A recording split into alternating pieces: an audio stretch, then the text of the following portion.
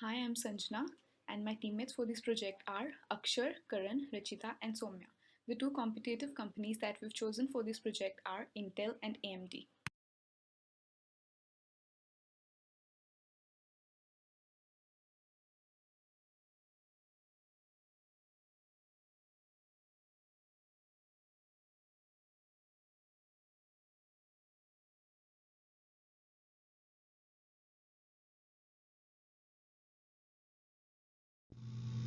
Companies engaged in the design and fabrication of semiconductor devices fall under the semiconductor industry. It was formed around 1960 since the fabrication of semiconductors became a viable business. Why they are recognized as key driver for economic growth is because they are an essential core of a lot of technological devices, from smartphones to television sets and even military systems. The industry is dominated by various countries like USA, Japan, South Korea, Taiwan, Singapore, and European Union. Based on revenue, Intel and AMD are the world's largest semiconductor chip makers. Introduction to Intel. Intel was founded in Mountain View, California in 1968 with an initial investment of $2.5 million and $10,000 from Rock. Intel was convertible debentures.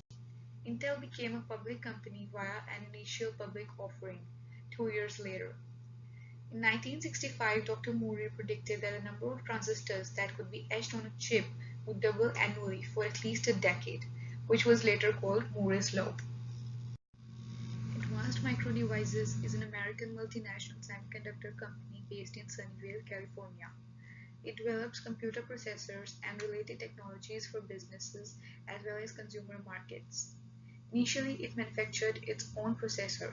Global Foundries was spun off in 2009, after which company became Fabless. Now moving to key competitors in this industry, basically for Intel and AMD. Competitors in PC chipsets: AMD, VIA Technologies, Silicon Integrated Systems, and NVIDIA. The only major competitor in x86 processor market is AMD. Intel has had full cross-licensing agreements with AMD since 1976. Some smaller companies like VIA Technology produce low-power x86 processors for small factor computers and portable equipment. The key drivers that control this industry's growth are: number one, the role of the industry as technology enabler. In its role as a multiple lever and technology enabler for the whole electronics value chain, the semiconductor industry is widely recognized as a key driver for economic growth. Number two, continuous growth but in cyclic patterns with high volatility. While the current 20-year annual average growth of the semiconductor industry is on the order of 13%, but this has been accompanied by equally above average market volatility. Number three, need high degrees of flexibility and innovation to constantly adjust to the rapid pace of change in market. Usually, many products embedding semiconductor devices have a very short life cycle. At the same time, the rate of constant price performance improvement in the semiconductor industry is staggering. Changes in the semiconductor market occur extremely rapidly and also anticipate changes in industry evolving at slower pace. Another consequence of this rapid pace, established market strongholds can be displaced very quickly. Industry challenges. Number one, many challenges are currently faced by the industry due to the surge in semiconductor demand from smartphones and tablet market. Although a stable growth is anticipated to be witnessed in the coming years owing to emergence of new technologies such as Internet of Things, consistent R&D spending, and growing competition for new technological innovations among the key players. Number two, the acceleration predicted by Moore's law has slipped in recent years. Almost a decade ago, chip speeds stopped increasing. The time between new generations is stretching out and the cost of individual transistors has plateaued. Number three, according to technologists, new generation of chips will come more slowly, perhaps every 2.5 to 3 years.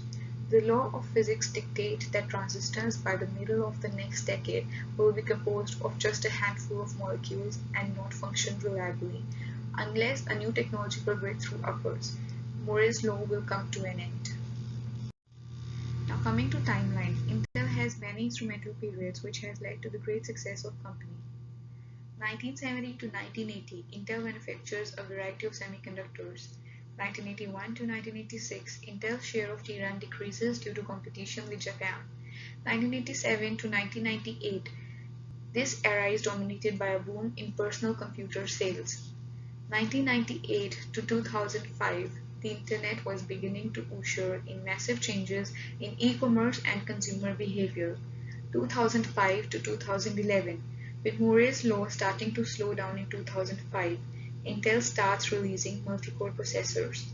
2012 to 2015, smartphone purchases significantly increase, but by the end of this period, PC sales start to decline. AMD's timeline.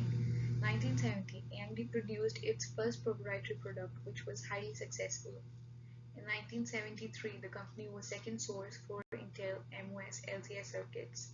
1976, when Intel began installing micro-coordinates microprocessors, it entered into a cross-licensing agreement with AMD. 2000, AMD is first to break the historic 1 GHz. 2007, AMD introduces graphics processor for desktop and mobile platforms. 2010, AMD announces the AMD Opteron TM4000 series platform, the first true server platform designed from the beginning to meet the needs of cloud, hyperscale, and assembly data centers. Hello, I'm Rachita. Topics I'm going to talk about today are risk factors, street position, and earnings call summary of Intel and AMD.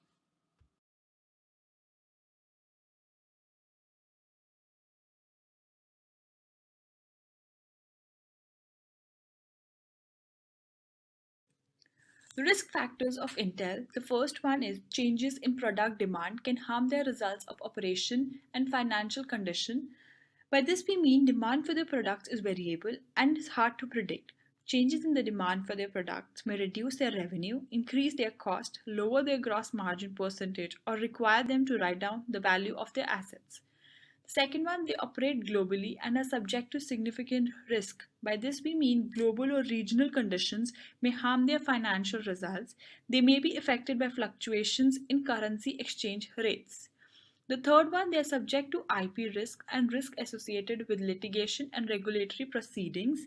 By this, we mean they may be unable to enforce or protect their IP rights. Their licenses with other companies and participation in industry initiatives may allow competitors to use their patent rights. Next one, they are subject to cybersecurity and the privacy risk. They are subject to risk associated with transactions.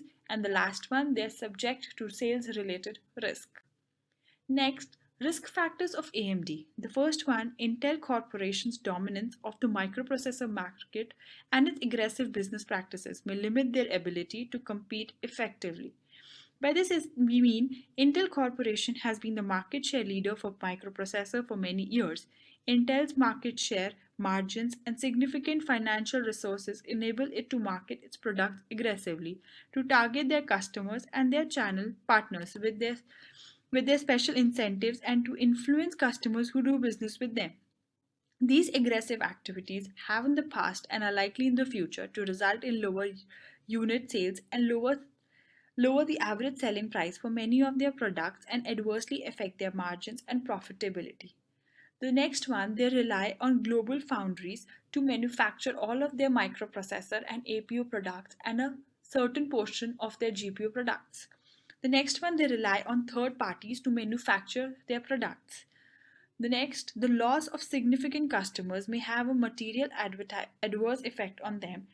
As we know, as their top 5 customers accounted for approximately 68% of their net revenue during the year which ended in 2015.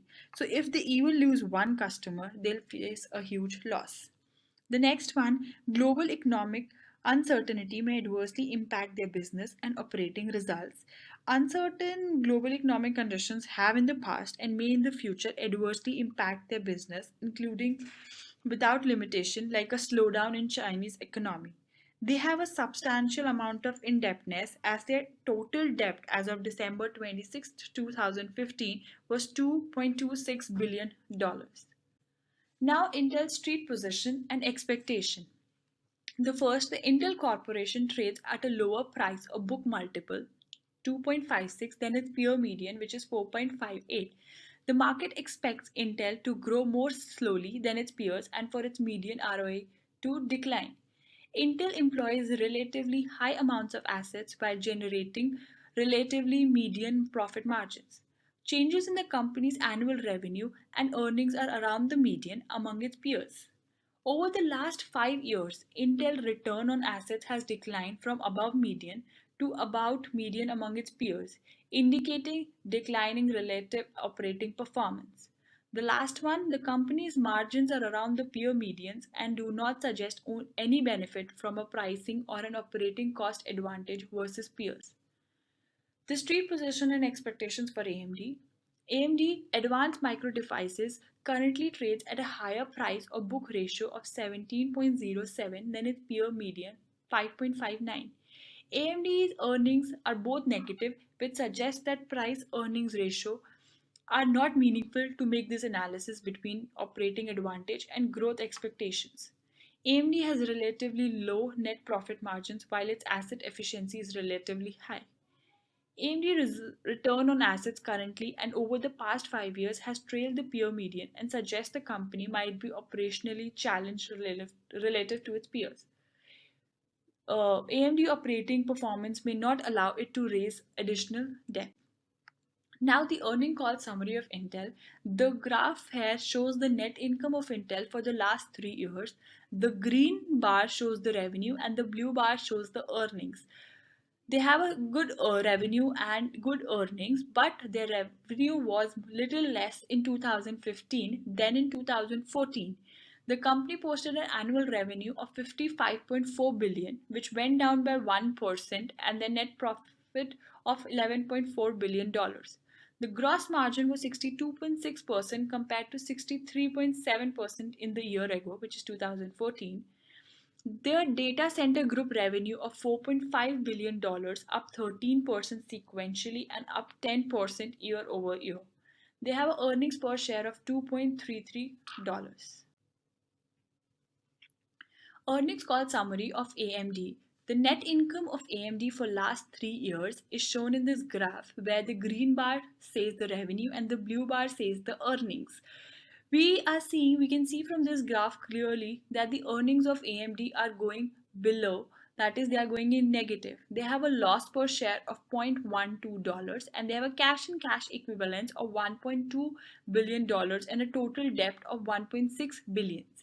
Over the next 5 years, the analysts that follow this company are expecting it to grow earnings at an average annual rate of 6.25%.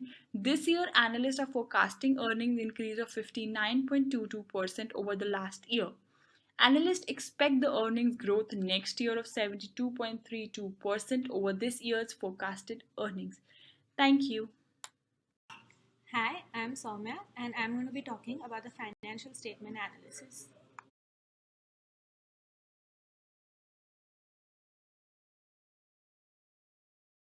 Vertical analysis is used in an income statement most commonly to show various expense items as a percentage of total sales. For Intel, we see that the net income for 2014 and 2015 is approximately 21% of the net sales. For AMD, the graph represents that the net income is a negative value of 16% of the net sales. Looking at the vertical analysis for Intel and AMD for the year 2014 and 2015, we see the net income is 21% of the net sales, whereas the net income of AMD is a negative value of 16%. When a business has a negative income, it means that the costs are greater than its total revenue, so it loses money over time. Prolonged periods of negative income can deplete the cash that company has on hand and may eventually lead to accumulation of debt. Coming to the horizontal analysis, it compares an account over a period of time. Horizontal analysis is calculated as current period minus previous period divided by the previous period. It is represented as a percentage value. The net sales for Intel in 2014 was 55.8 billion and that in 2015 was 55.35 billion. there is a 1% decrease in the net sales over a period of time. The gross profit decreased by 3%, going to 34.6 billion from 35.6. The operating expenses in 2015 were 20.6 billion as compared to 20.62 billion. It increased by 2%. As a result, the operating income in 2015 was lesser than that of 2014 because the operating expenses were higher and the gross profit was lower as compared to 2014. The net sales for AMD in 2015 was 3.9 billion and 2014 was 5.5. It decreased by 28%. There was a decrease in the gross profit by 41% from 2014 to 15. As a result, there was a 210% decrease in the operating income. After the taxes, the net income for 2015 was a negative value of 0.65 billion and 2014 was 0.403 billion. There was a 61% decrease in the net income. After the analysis, we can conclude that Intel and AMD both had a better net income in 2014 as compared to 2015. Now coming to the balance sheets, in vertical analysis, all other accounts are stated as a percentage value of total assets. The total assets for Intel in 2015 was 103 billion and for AMD it was 3 billion. Cash and cash equivalents comprise of 25% of the total assets for AMD, whereas only 15% for Intel. Intel has 31% investment in property, plant and equipment, and its long-term assets sum up to be 61% of the total assets. AMD has a long-term assets worth 25%. If we look at the liabilities, Intel has total liabilities comprising up to 25%, whereas the total liabilities of AMD is 113% of its total assets. We even looked at the income statement, which showed that Intel has a positive revenue whereas AMD has a negative one. It means that AMD has long-term debts and liabilities, which is also reflected in the balance sheet. Looking at the treasury stock, AMD has a treasury stock of 226% for the year 2015. Treasury stock is a contra equity account and thus it appears in a negative value. By buying back its stock, a firm reduces the number of shares outstanding, which in turn gives shareholder a larger piece of earnings. It also means that the company thinks its share price will increase if it pulls back some of its shares. Retained earnings refer to the percentage of net earnings not paid out as dividends but retained by the company. Intel has retained earnings was worth 36% and total SE worth 60%, whereas AMD has a total SE of minus 13% as compared to the assets, and retained earnings as a negative value of 235% for the year 2015. Horizontal analysis for Intel shows that the cash and cash equivalents have increased by 498% for Intel over 2015 to 14. The current liabilities have decreased by 2%, but the long-term liabilities have increased. There is also an increase in the SE by 9% from the year 2015 to 2014. AMD, cash has decreased by 2%. The total liabilities have also decreased by 2%. The total SE has a negative value of 320% from the year 2014 to 2015. On comparing both, the total assets for Intel have increased, whereas that for AMD have decreased. The total liabilities for Intel has decreased and there is an increase in the SE. For AMD, the total assets have increased a little, the liabilities have decreased. But the stockholders' equity has also decreased as compared to 2014. Hi, I'm Akshay Takle and I'll be presenting to you stock value trend and creditors analysis.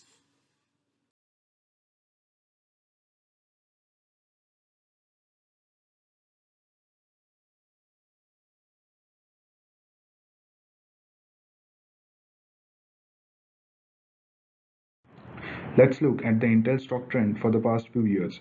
Due to its dominance in PC industry and large customer base, profitability and popularity of Intel has increased and the stock value shows the trend of investor confidence in Intel. From the stock trend graph of AMD, we can see that the stock price of AMD in years 2014 and 15 is practically low as it's ever been. The company expects this year to mark the turning point of its efforts to turn the business around. Non-GAAP profitability is expected to return during the second half of this year, that is, a massive improvement over 2015.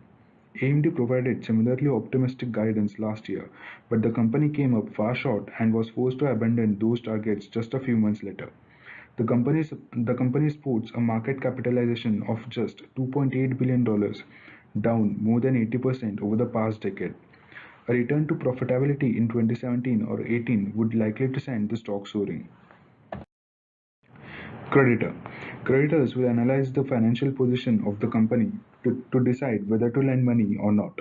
The decision may be based on various parameters such as how much profit is the company making on its sales, liquidity, company's purchasing and production efficiency, and most important, days payable outstanding. That is, how fast the company pays its creditors, as the creditors would want the company to pay its debts as early as possible.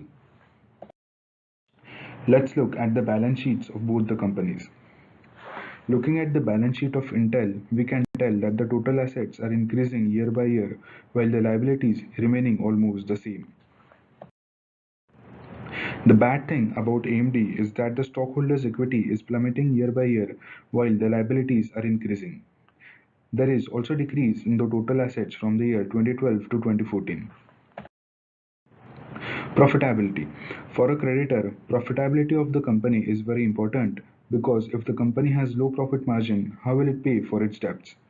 Looking at the graph, we can see that the Intel is far more profitable than AMD. Intel has better profit margin, return on assets, and return on equity. Let's look at the income statement of Intel. There are a lot of headwinds working against Intel at the moment, but the company is still very profitable. During 2015, Intel generated net income of 11.4 billion, putting the P to E ratio of stock at about 12.8. The bad news is that the competition is coming. AMD will launch new server chips in 2017, potentially winning back some market share, and initiatives from International Business Machines and ARM Holdings to create viable alternatives in data center are slowly gaining momentum. A quick look at AMD's income statement reveals that the company is in serious trouble. Revenue dropped 28% in 2015, driven by weak PC market, share losses to Intel, and share losses to Nvidia in the graphics card market. The company posted a $660 million net loss on 3.99 billion of revenue. That is the fourth annual loss in a row. AMD's book value, or assets minus liabilities, turned negative. Hello everyone, I'm Karan and I will be explaining the business segmentation and executive compensation structure of Intel and AMD, and later on I will move to the analysis of the key financial ratios part.